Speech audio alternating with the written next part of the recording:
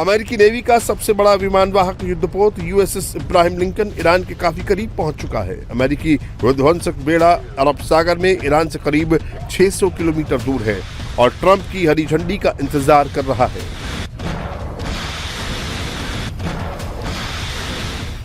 America से टकराव के बीच ईरान भी पूरी तरह से तैयार है। लंबी दूरी की बैलिस्टिक मिसाइलों को एक्टिव मोड में कर दिया है। आईआरजीसी की नेवी विंग भी फुल अलर्ट पर है और अमेरिकी जंगी बेड़े पर जवाबी हमले की चेतावनी दे रहा है।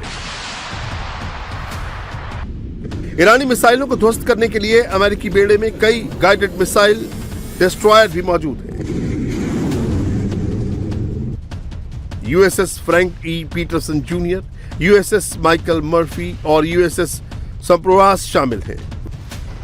विशाल aircraft carrier USS Abraham Lincoln के साथ ये वो गाइडेड मिसाइल डिस्ट्रॉयर है जो ईरानी मिसाइलों को देखते ही हवा में ही ध्वस्त करने में सक्षम है।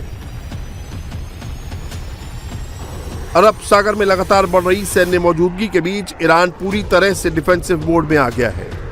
हॉर्मुज़ स्ट्रेट में बढ़ते तनाव के बीच ईरानी नेवी ने एक युद्धपोत से कई मिसाइलें दागी।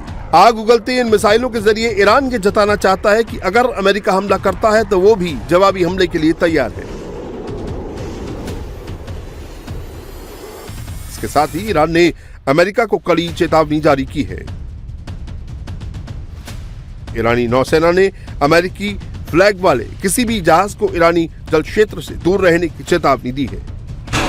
ईरान के अधिकारी क्षेत्र में आने वाला हॉर्मुज़ स्ट्रेट वही संकरी समुद्री मार्ग है जहां से दुनिया का करीब 20% तेल का जहाज यहीं से गुजरता है। हमले की आशंका के बीच ईरान के विदेश मंत्री ने अमेरिका को खुली चेतावनी दी है कि अगर युद्ध छिड़ा तो वो दुश्मनों को करारा जवाब देगा।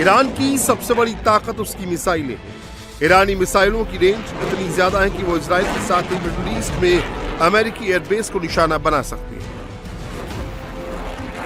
ईरान की जिन खतरनाक मिसाइलों से अमेरिकी खेमे में भी हड़कंप मच जाता है उसमें खुर्रमशहर सबसे पहले आती है। खुर्रमशहर ईरान की सबसे पावरफुल और एडवांस मिसाइल है। इसकी जद में Israel, Qatar, Bahrain, Kuwait, Iraq, Syria, UAE और सऊदी में मौजूद अमेरिकी एयर है। सेजिल मध्यम दूरी का बैलिस्टिक मिसाइल है। इसकी रेंज करीब 2000 किलोमीटर है। इसकी रेंज में Qatar, Bahrain, Kuwait, Iraq, Jordan और टर्की आते हैं। यानी इन देशों में अमेरिकी मिलिट्री बेस पर हमले कर सकता है ईरान। इमाद और गदर 1 भी मीडियम रेंज की ईरानी बैलिस्टिक मिसाइलें हैं। इसकी रेंज 1700 किलोमीटर है। इसके जद में भी Qatar, Bahrain, Kuwait, Iraq, Jordan और सीरिया आते हैं। यानी साफ है कि अगर अमेरिका हमला करता है तो ईरान अपनी मिसाइल फोर्स के जरिए मिडिल ईस्ट में मौजूद अमेरिकी मिलिट्री बेस को भारी नुकसान पहुंचा सकता है।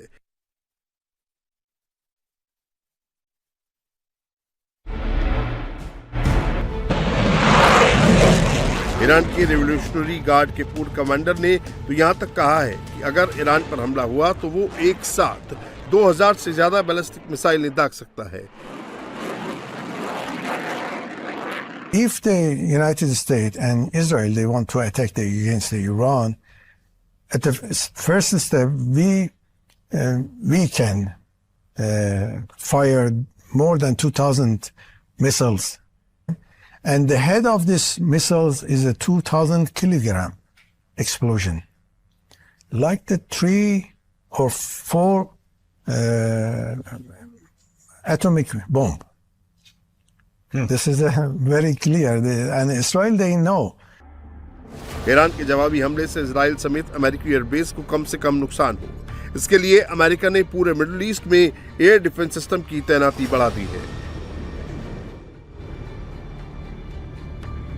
ईरानी मिसाइलों को मार गिराने के लिए अमेरिका ने थाड और पैट्रियट जैसे डिफेंस सिस्टम को लगाया है, जो पलक झपकते ही दुश्मन की मिसाइलों को मार गिराने में सक्षम है।